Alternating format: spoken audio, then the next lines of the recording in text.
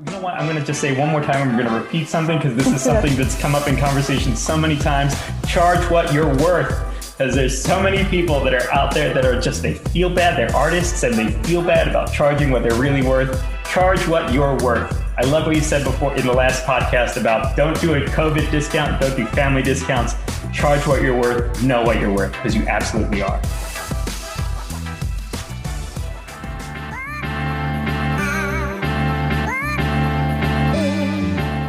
You're listening to Creative Breakthrough, the podcast that provides you with the strategies to elevate your creative passion to the next level. I'm your host, creative hustler, and chicken wing lover, Shireen Kassam, aka the Funny Brown Girl. And yes, I have an unhealthy obsession with chicken wings. Now, get ready to flex your creative muscle and keep winning. Hey, welcome to another episode of the Creative Breakthrough. I am your host, Shireen Kassam, aka the Funny Brown Girl. Hey, this week we're going to continue our conversation from about a month ago about side hustles. This is the second part of the series on side hustles, and today I have a really cool guest joining us. Henry Gibson is one of my friends. We met doing acting, and now he is a financial advisor, financial coach, and investment advisor. And he's going to share with us everything from starting a side hustle to if you have a full-time job, how you should be saving money and how you can transition from being in a full-time job to being a full-time creative and what you should think about.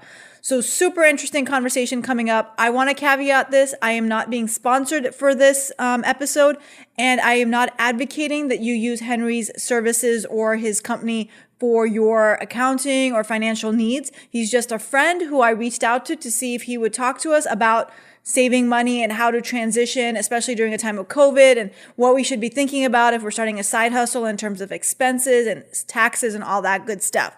So just want to caveat that. Really interesting conversation.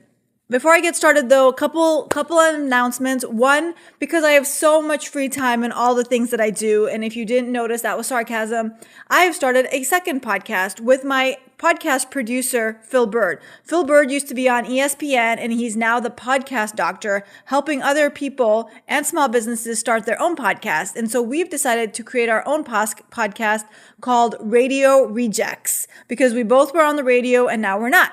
And we're going to do it every other week on Sunday, and it's going to go live on Facebook, and then we'll post the replay on Facebook as well as YouTube. So you can always check it out, but it's going to be a lot of fun. So definitely follow me on Facebook at Funny Brown Girl. You can just go to facebook.com, Funny Brown Girl, to get all the notifications of us going live, or on YouTube. That's youtube.com/C/Funny Brown Girl. Or just join my email list at funnybrowngirl.com, and I will send out an email every time we're going live. So definitely get on that bandwagon, because it's going to be a hoot and a holler. And we're not going to talk about creativity on that podcast. That podcast is more like about us and what we're doing and cool things that we're trying. We're always going to be checking out chicken wings. So last week we checked out the 4 new flavors from Buffalo Wild Wings. So if you're curious about what we thought about the 4 new flavors, which are pizza, orange chicken, Grim Reaper, and lemon pepper, check out last week's episode.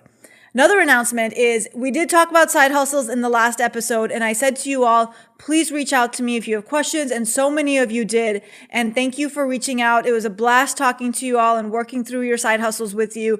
One of the questions I got a lot is, how much money should I invest in my side hustle? How much money should I get started with? And Henry's actually going to talk about that a little bit in this conversation that we have. But I wanted to share with you how much I spent when I started a side hustle. So my first side hustle that I started was stand-up comedy. Obviously, when I started stand-up comedy, it was not a side hustle. It was a passion. I wasn't getting paid to do stand-up comedy. I was getting paid like $20 a week here and there for like showcases and stuff, but it only has now become a side hustle where I'm doing corporate gigs and speaking engagements and all that fun stuff. But when I started doing stand-up comedy, my initial expenses were, I paid about $250 to take a stand-up comedy class. I paid about $10 for a comedy book on how to do comedy. Obviously, I bought a notebook and a pen, and then I bought about $50 worth of DVDs because I really just wanted to consume as much stand-up comedy as I could, so I bought some DVDs. So really small introductory costs there, about $300, maybe $350 at the most for that. When I started this podcast, again, my costs were pretty low. To do a podcast, you need a laptop, which I already had, luckily. You need a microphone. My friend gave me a microphone, so I had that for free. My most expensive thing is I bought what's called a mobile device so that I could record on the go if I wanted to do that. Because when I first started this podcast, I actually thought I was going to do a travel podcast and do live podcasting while I was traveling. So I spent $350 on this gizmo, which I still use when I'm recording. So it's not a total waste, but I didn't really need it. I could have gotten away without buying that thing because I don't do a mobile podcast. And then I pay $15 a month to host my podcast on a hosting site. So all in all, I paid my intro fees to get started in podcasting was about $350, and then I pay $15 a month. You obviously can get this done a lot cheaper. I know people who do podcasting through their phones using a headset. You can now host your podcast for free on different websites, including anchor.com. So definitely check that out if you're interested in a podcast. You can start a podcast for free. When I started my CBD business, which is my e-commerce business, my expenses basically were, when I first decided I really wanted to jump into the e-commerce business, I knew I had to find the vendors, and I knew which vendors I wanted to use because I'd already tried all the products, but I needed to get in front of them to get their price list and get to know them on a one-on-one basis, because I don't really like doing that whole emailing people and then they don't know who you are, because I don't feel like you get the same attention. Like you don't get the same, like, oh, I know who you are, I'm going to give you the best discount or the best prices. So I paid about $100 to go to an expo, and that's where I met everybody that I wanted to purchase from. So that was one of my costs. My initial inventory buy was only $500. I made sure that I only bought $500 worth of inventory because I didn't want to start too big and then be stuck with a lot of inventory. So I was very careful with who I purchased my inventory from. A lot of them had refunds where you could return the inventory if you didn't sell it. So that's really important. So if you are starting a business where you're going to purchase inventory, check with them. Find out what is their minimum order quantity. Make sure you understand what their shipping is. Some people will really nickel and dime you on shipping because that's where they try to make a lot of money from. So check that, and then see if they have a return policy. Sometimes they'll in 30 days, 60 days, 90 days, they'll take the merchandise back from you if it's not selling. So definitely look into that as well. So I bought $500 worth of inventory, and then I spent $1,000 on letting someone make my website. I probably could have done it myself because now I fix and change everything on my website myself. But in the beginning, it felt like a daunting task, and it was very timely. And I didn't want to spend my time building the website when someone else could have. And I'm glad that I let him do it because there was a lot of coding that he fixed and changed so that it looked just the way I wanted. So that was $1,000 on that. And then I host my site on Shopify.com. And I've talked about Shopify a lot. If you're going to do an e-commerce business and you can do the marketing yourself, I would highly recommend Shopify.com. If you don't want to do the marketing, I would go to Etsy.com. If you are interested in Shopify, I can give you a 14-day free trial. Just go to funnybrownGirl.com/Shopify. But I pay Shopify $30 a month to host my site. Plus I pay them a transaction fee. So every time somebody's using a credit card, they get a percentage of that. So all in all, my cost to start my CBD business was about $1,600. And then lastly, as I mentioned before, I started another e-commerce business called Womandela. And I sell products made from women in Africa, from East Africa and South Africa specifically. And most of it's like pouches and jewelry. And my upfront cost for that was about $500. And then I pay 60 cents a month to Etsy for each product that I have listed on their website. So all in all, again, a really small startup cost of $500. So really make sure you budget how much you're willing to lose, because that's how I did. I was like, okay, if I put $500 into this business and $500 into this business, and then I don't do anything, or I don't sell anything, or I get no traffic coming to my site, am I okay losing that $500? So it's what you're comfortable losing and what you're comfortable that you have that money to even play with. I know right now is a really tough time to just have $500 sitting around because of COVID and furloughs and layoffs and just the way the economy is. So just be very careful.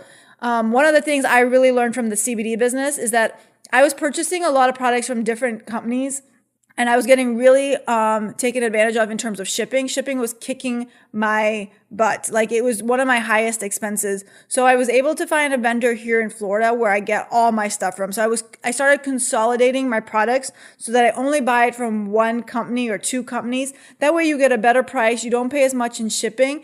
And because they're so close to where I live, I can drive to them and it takes me about 30 minutes.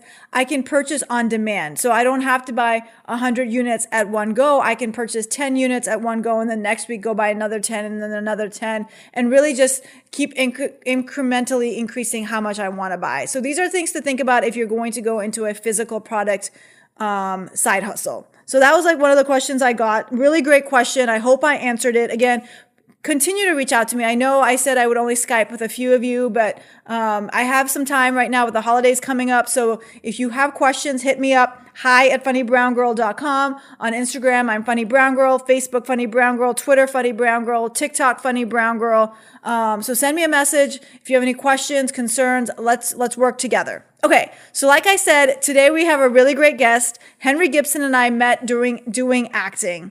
Henry Gibson-Garcia began his career as an actor, performing on stage in and in front of the camera for over a decade.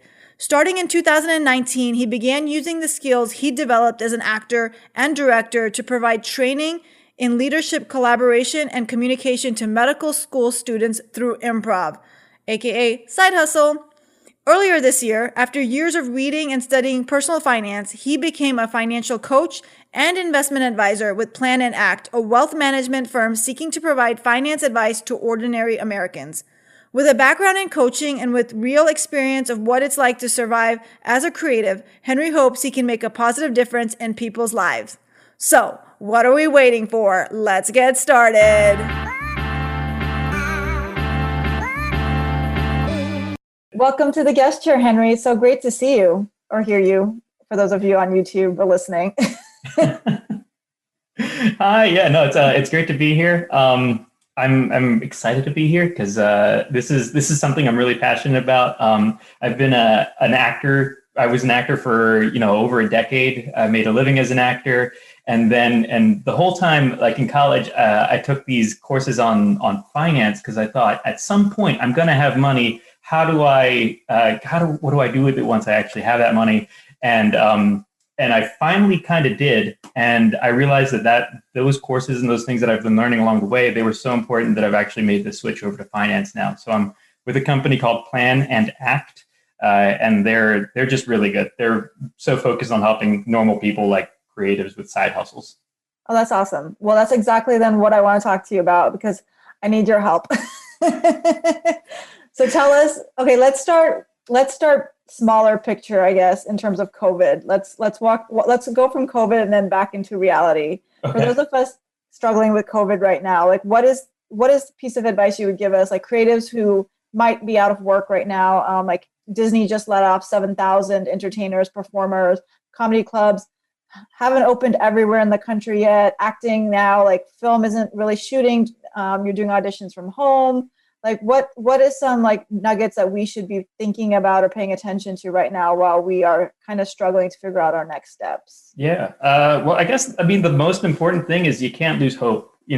There's always something to do. I've been amazed and inspired by my friends because I've seen them get laid off. I've seen them get furloughed. And I know one guy started a woodworking business. Oh, nice. Who I would never have pictured him to be a woodworker, but he's like churning out these he's got some contracts already that I saw on Facebook. So he turned to woodworking. I've seen other people turn to baking, and they've got these pictures of these delicious desserts. Yes. And so I think that's like the number one thing. It's just like you can't lose hope. Because when you're creative, that's kind of our number one job anyway. Is we're always fighting for that next job, and so that's got to always be our number one thing. Is we just got to be able to keep trucking. Yeah, exactly. Yeah, so I think that's the number one thing, because the thing is that if you lose that mindset, then no matter what strategy I present, that it's just going to go out the window with the first gust of wind. So keep hope and keep believing in yourself. So that's number one for me. That's huge. That's huge for me. As people are shifting over into these side hustles, one thing to think about is there's a few things to think about financially. One of them is, and I think you talked about this in your first one, the podcast that I listened to, is know your worth. Because 100. yeah, because you're now, we're actors. We're always a business anyway. We're a solo proprietorship, and so if we start taking these jobs that pay pennies per hour, it's not sustainable, and we burn out. And that goes even more so for side hustles. Just know your worth. Make sure you're covering the cost of the goods that you're using, and also make sure that you're paying yourself an hourly wage. Because otherwise, you're just not going to be able to survive. You're going to slowly start chipping away at your savings, and it's going to be the death of 1,000 cuts, which is going to be kind of rough to go through. So know your worth. Don't be afraid to charge what you're worth. There's still people going out and buying Starbucks every day, and Starbucks needs that money less than you. So know your worth. People are still spending that money. Don't go thinking with that mindset of like nobody wants to buy anything. People still want to buy stuff. So don't be afraid to charge what you're worth. Beyond that, remember to save your receipts. It sounds really, I don't know, like boring. It's not a sexy piece of advice to save a piece of paper. But especially if you're doing stuff as a contractor, if you're making income doing like Uber, getting income from Uber now, or one of those side gigs as well, you're getting a 1099 at the end of the year. And basically anything you spend, any of your expenses in service of getting that income gets written off around tax time. So gas, mileage. Exactly. Okay. Yeah. So if you're but it's got to be against that 1099 return. Mm-hmm. So if you're this is like one of the things with the new tax plan that we can't if you have a W-2, you can't write off expenses against that income. Okay. Which has been frustrating for creatives over the past year, because we were no longer able to write off audition tapes, for instance, against that income, because we were getting W-2s from like Universal or Disney or whatever. Oh, interesting. Yeah. So in some ways, being able to free yourself up to be a true contractor, if you do it right, it's going to be hard, but if you do it right, at the end of the year, you're actually going to be saving a lot on taxes. Which is, at least there's one bright side. Also, and, if I know a lot of people, and I've seen a lot of people turning to Patreon as they're, making drawings and things like that. Patreon, that should be a 1099 expense as well, or 1099 income. So you'll be able to write off the cost of providing those services. So if, like my friends who through Patreon, they're doing art, they're painting things. You can write off those painting supplies that you use to make that income, things like that. But you have, and this is where the saving receipts comes into play. You have to be able to show that those expenses came from something that you used to make that 1099 income. Got it. Okay. So Yeah. now, let's say, for example, like these people on Patreon are drawing this art, and and now they're sitting at home drawing this art. So now when they do their taxes, will their home be considered a business expense? Is that considered a home office now too? Yeah, it's something like you end up calculating the like square footage of the, like I'm in my home office right now. So I calculate the square footage of my home office, find out what percentage it was from the whole house. So let's say, this isn't the case. Let's say this room, this is a much smaller room, but let's say this room was like 25%, a quarter of the square footage of the entire house. At the end of the year, you would use that 25%, pull 25% of your total housing expenses, you'd be able to write those off because against the 1099 income. Got it. Anything else that we should be paying attention to or being aware of? One thing that I've actually seen a lot of, like a few people do, which is this is kind of like a habit to stay away from, is making sure that when you're starting these side hustles, don't fund your enterprise entirely with your credit card, because unless you can pay off a credit card at the end of the month, that interest rate on a credit card, it's just so high that you're going to very quickly start falling behind. So and this is good advice, not even just for side hustles or for COVID, but like whenever you're starting your own business, it's a good idea to try not to fund it with your credit card, because it's just not going to be sustainable in the long run. Yep, for sure. Actually, going to credit cards, because I've heard this a lot from creatives. Creatives are always telling me, Shereen, because I'll ask them like why they charge like everything on their credit cards, even when I know they don't have that money to pay off their credit card. And they say that they charge things to their credit card, and then they pay the late fees, and they roll over their debt month to month and pay the interest on it because they're trying to build up their credit. True or false? Is that how you build up credit? That is false. Okay. Yeah, you can build up credit just by you're making on-time payments. So if you pay it off in full at the end of the month, then you're already building up your credit doing that. If you start getting that interest, you're just giving more money to that credit card company without any benefit to you. Mm-hmm. Okay. So because that was my big thing, the big problem that I fell into years ago was credit card debt. Let me tell you from experience, it's hard. It's very difficult to pull out of it. There's different ways to do it, though. Even if you think it's unmanageable, there's always a way. You can, credit counseling, you can negotiate and reach a settlement with the credit card companies. But yeah, credit cards, pay them off at the end of the month. Otherwise, you're going to end up under a mountain. Mm-hmm. So now for the creatives like sitting at home right now who are just starting a side hustle, or maybe are still trying to think of their side hustle idea, what are some things they need to be, other than like charging what they're worth and keeping track of receipts, anything else that they should be aware of financially? Financially, it's even if you don't need the income, financially, a side hustle is can actually be really good for you. Mm-hmm. Because you're going to be adding skills that you can put on your resume. Yep. And you're going to be able to network using that side hustle in ways that you're not going to be able to do just in your normal W-2, W-4 job. Mm-hmm. And it's in a lot of ways, depending on what the side hustle is. If you're starting, like my buddy who's a woodworker now, I mean, he's working entirely on his own time. So he's making his own use of his own time, as opposed to working for somebody else's to increase another CEO's net worth. So there's a lot of really good benefits to having a side hustle, even if you don't need it. It can be really fulfilling, for especially what I've seen from COVID. Some people have just really gone into baking, and they look so happy. I've talked to them, and they're so fulfilled that they get to do this and nurture people in a way that they weren't doing before. Financially and emotionally, there's just so many benefits to actually having a side hustle. And now, like, say you said, I want to start a side hustle, and you said not to start it on my credit card.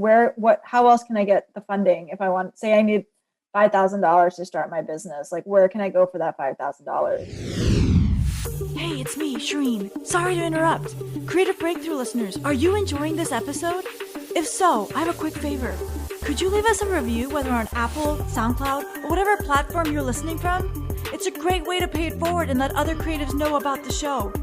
Thank you so much. I appreciate it. Okay, I'll get back to the original interview now. Thanks. Bye. There's a couple different avenues to take, especially for minorities. There's actually like grants and stuff. I haven't started a company, so I haven't actually gone through this process. But I know that there's grants out there for minorities, for women, to start companies. Sometimes you can even go to a bank and start a business line of credit, and they can actually have access to those same grants, so they can use that to kind of help secure a loan to get you started as well. Oh, okay, very cool. Yeah. And so when they go to the bank to just ask for a business line of credit? Yeah. And that's I think what something like Jay-Z said that I'm not a businessman, I'm a businessman. And that's kind of what we're aiming to do here for creatives as well. Make sure that you're aware that you are the business. Mm-hmm. So starting that business line of credit, that's going to be huge. Do you have to shop around for that? Like, do banks differ in terms of what they offer in terms of like rates and stuff? Is that something people need to like go be savvy about and talk to a few different banks? Yeah, I would. Absolutely. Yeah. Okay. Now, say for the people who might have a job right now and maybe uncertainty, right? Like, are they going to keep the job? Is the company going to fold? What are some things that people who have a job, maybe in some income coming in right now, should be preparing for, and how should they prepare? I think it's, especially, we've seen at the theme parks that unfortunately no jobs are 100% secure. So I think using the tools that are at your disposal to kind of maximize your income. We work with a lot of people, and one of the big things that we talk about right away is make sure you're contributing to your 401k. Right. 401ks or a retirement type of account that your employer might be providing. And because with a 401k, that's money that's tax deductible, that's tax deferred rather. So it's you don't get taxed on whatever money you put in there. On top of that, you're gonna if you're under a certain amount of income, which I can't remember right now, you get something called the Retirement Savers Tax Credit. So you're going to get some of that money back when it comes to tax time. And also, there's also the employer match. So if you, I forget exactly what the rate is, but it's like if you put in 3% of your annual income or your weekly income into a 401k, the employer puts in 2%. So you're basically getting free money from your employer just to be putting money into this retirement savings account. Because what ends up happening is that you're going to be able to withdraw that money or give a loan to yourself if you do lose your employment. And that 401k is actually a really powerful financial tool. Even if you keep the job, you're going to be able to borrow against it to buy a house maybe someday, things like that. So that 401k is a really strong and powerful financial tool that you'll be able to use. Okay, so max out your 401k. What else should I do before I get laid off? Use the 401k. Start thinking about just what makes you passionate right now. This isn't a financial piece of advice, but again, those skills on the resume that are going to make you marketable to other people, if you start thinking in terms of that, of how am I going to be able to market myself to other people, you can say like, oh, hey, I have, like a lot of people that I know, I have this skill in baking. Why don't I work on that? So then they can develop a skill and be ready by the time that the need really arises for them to have this side hustle going. Let's hypothetically say we are in the best economy in the world right now. COVID is gone. Comedy clubs are back open. Movies are starting to shoot again. What advice would you have for someone who has a full-time job that wants to leave it and go become a full-time creative? Like, what are some things they should be preparing for financially to make that move?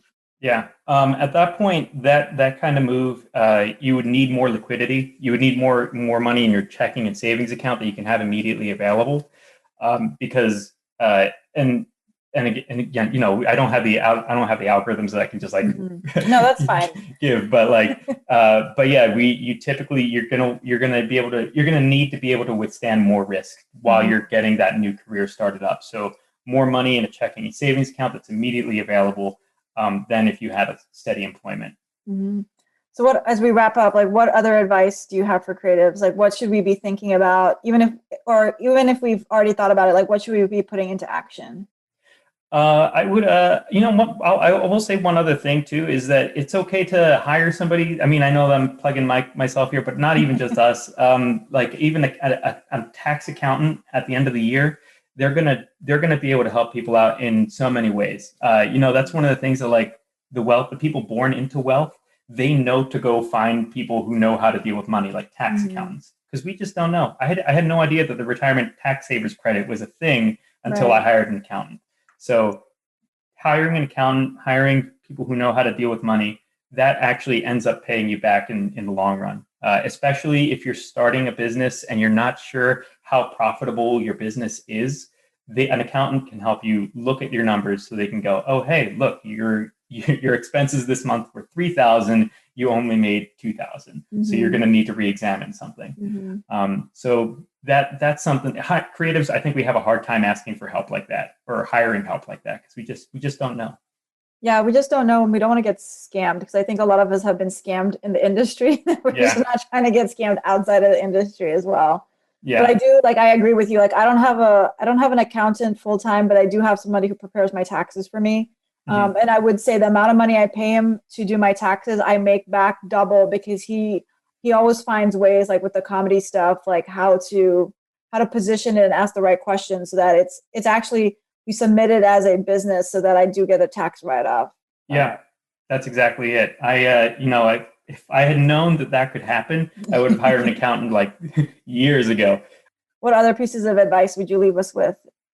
I have a lot of hope for everybody listening to this, because it's scary, but one of the things that I believe is that if you encounter something that is scary, then you're probably going in the right direction, and so there's so much opportunity ahead of you if you're listening to this and you're just starting your side hustle, or you're thinking about it.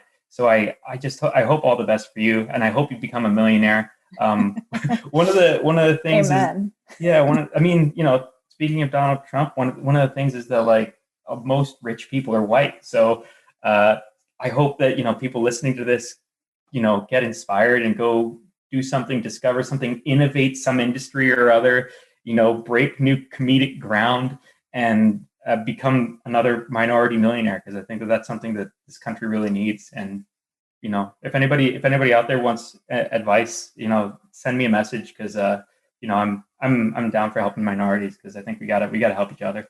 For sure. Henry, if people wanted to find you online, where could they find you? They could. I should probably. Well, I'll give you the website, but I'll also give you my email, because the email will be the best way to find me or to reach me. The website for our company is planandact.com. That's planandact.com. And then my email address is henry.gibson@planandact.com. I think, you know what, I'm going to just say one more time, I'm going to repeat something, because this is something that's come up in conversation so many times. Charge what you're worth, because there's so many people that are out there that are just, they feel bad. They're artists and they feel bad about charging what they're really worth. Charge what you're worth. I love what you said before in the last podcast about don't do a COVID discount, don't do family discounts. Charge what you're worth, know what you're worth, because you absolutely are. And I'm gonna play dumb here, because I had some people ask me this. How do I know what I'm worth? Well, what I would, it's kind of I think partly a feeling. I asked somebody what they thought they were worth, and they said $100. And I was $100 an hour, and I was like, yes. They're a performer here in town, and they said $100 an hour, and that's from not just wages, but also how much is my friendship worth? What value am I adding to other people's lives? $100 an hour. And I said, yes, that is absolutely true. Yep. If you're looking for a more numerical way to find what you're worth, one good way to start is find out whatever the cost of goods is for your business, and make sure you're adding, I would start at 50% profit margin. And then, if that's too much and you're pricing yourself out of the market, cut back from there. But you are worth we're all just worth so much more than we put ourselves out there for so much of the time. Yeah. It's just being savvy about it. I tell people it's being savvy, like what you said. What is your time worth? Like, as a comedian, sometimes I'll give a price and I don't take into account the travel time to get there, the idling time, because sometimes, like, if you're going there for a wedding, they're only going to pay you for the 30 minutes that you're on stage, but they ask you to get there an hour ahead of time and eat with the bride and groom and mingle, and you got to pay for valet parking, which is expensive sometimes. And so you got to take into account all these things. And then you've got to take into account just your time. What is your time worth? What could you be doing in that time, right? That you're at this wedding performing for 30 minutes. And the same thing goes with what you said about, like, when you're buying goods and setting prices, you've really got to think about everything that goes into that. Because I think a lot of people start these Shopify stores and they don't realize, okay, you have to pay Shopify. Then you have to buy the materials. Then you have to pay credit card fees. Then you've got to pay shipping fees. Then you've got to pay sales tax. You've got to do the math, and you've just got to sit down and add it up. And then I add all that stuff up, and then I add customer experience. What am I bringing to the table that the other company is not bringing to the table? And then figuring out, is that really worth all my time and money? Because maybe there's something else I should be doing instead. Yeah, absolutely. So, I'll tell you this one story of with my agent. My agent would send me audition notices they would be in like Georgia or something like that for like $125 for the entire day. And my agent would send me this audition and would say, hey, submit this audition. And I would respond by breaking down, this is how much it would cost for me to do the taping. This is how much it would cost for me to standard mileage to get to Georgia. This is how much it would cost me to rent a room overnight, because I'm not going to be driving up and then back. That's 12 hours. That's not going to be safe. This is how much money it would cost for food. I would break it all down, including this is how much money I'd be losing at Universal. And at the end of the day, this is how much money I would be losing by taking this gig. So I'm not going to audition for this. Right. And I think I really annoyed my agent with that, but also that's what made me able to sustain acting for such a long time. That there are good paying gigs out there. You just have to know what you're worth. For me, I was losing money. It's not worth my time. Right. And I think that's really hard. That's such a great point, because as creatives, we get so wrapped up in gigs and stuff, and we don't want to let anything go. We don't want someone else to take that gig from us. Like I don't know if it's an envious thing or a nervous thing that we may not get the opportunity again, or we're going to burn bridges. But creatives, I think in general, lose money a lot on gigs and stuff, because we are so, for one, we don't do the math like you did. Sometimes we don't do the math. But second of all, we're just so afraid to say no. And I guess, how did you even come up with the courage to be able to tell your agent no? Like, where do you get that self-esteem or self-worth from to know that you're going to get another gig in the future? For me, I think somebody, I don't remember, I can't give credit to who told me this, but somebody told me, another actor told me, that if I take a low paying gig, I am actually not only hurting myself, but the next person to be offered that similar gig. Because they're not going to be able to afford it either. And if I'm aware that it's a bad idea, it's a bad pay rate, that next person might not be aware. So that's one of the things that really helped me early on was knowing, like, this isn't just for me. I'm teaching these companies, they can't just get us for pennies on the dollar, because that ends up hurting all of us. So making it really like visceral like that, having a real strong reason why. So there were times that it was really difficult. A couple times I asked for a pay raise that I was like, I really love this company, but I can't do it for that little. But that next person is going to also need this money. So I asked for it, and sometimes I got it and sometimes I didn't. But another gig always pops up. And that's kind of one of the things that you learn when you're acting. There's always another audition. There's always something else you can be doing. So even if the one doesn't work out, something else is going to come along. Yep. I love that 100%. Because I keep trying to tell people, like, when I coach creatives, but people get so scared to say no. And it's scary. I know it's scary, especially when you really need the money. It's really scary. But you have, like, I love how you go through it. You've got to take into account all the money you're spending, especially like on food and gas and just travel time and wear and tear on your car and all that stuff. Yeah. If for a lot of people, I think it is like a thing of they need some income, but if you break it down and go, oh my God, I'm losing money doing this. My purpose is income. Then I can't do this gig that's making me lose money. There's sometimes that it might be worth it if you get to work with a really famous director or something like that, but that's only if you can afford it. If you can't afford it, then you're basically shooting yourself in the foot. And a lot of us creatives, we do that, and then we wonder later on why actors are underpaid, and it's because we all do this. Yep. Love it. Well, this has been great, Henry. This was amazing. Thank you so much for sharing your wisdom and your thoughts. And I'm sure the listeners got so much out of this. So thank you. Cool. I hope so. Thank you so much. Wow. Henry dropped so much knowledge, guys. And that knowledge would actually cost you probably $100, $200, $300 if you had scheduled an appointment with a financial advisor to have this conversation. So thank you, Henry, for giving us that information for free. It was so useful. Couple things to take away from this conversation. One, it is okay to be scared when you start a side hustle or you start your creative journey. That means you're doing something right. Two, side hustles are great to build up your skill set as well as your resume. So if you're debating whether it's a good idea or not to do it, definitely think about how it could help set you up for that future job or that next step in your career. Three, maximize financial vehicles. In the United States, and I know we have listeners from all over the world, in the United States, though, we have a lot of vehicles to save money for retirement, whether that's your 401k or an IRA or mutual funds or ETFs.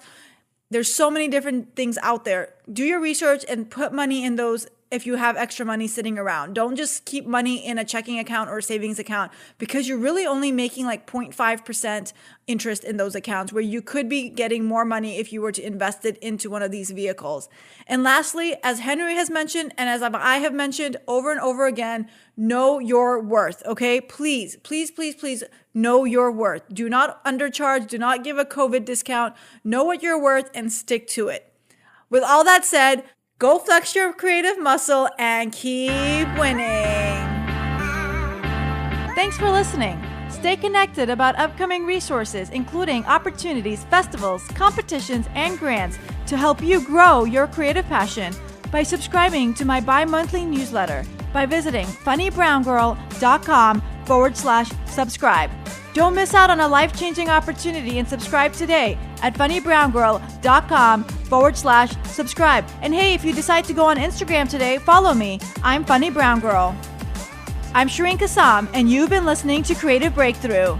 Now, go flex your creative muscle and keep winning.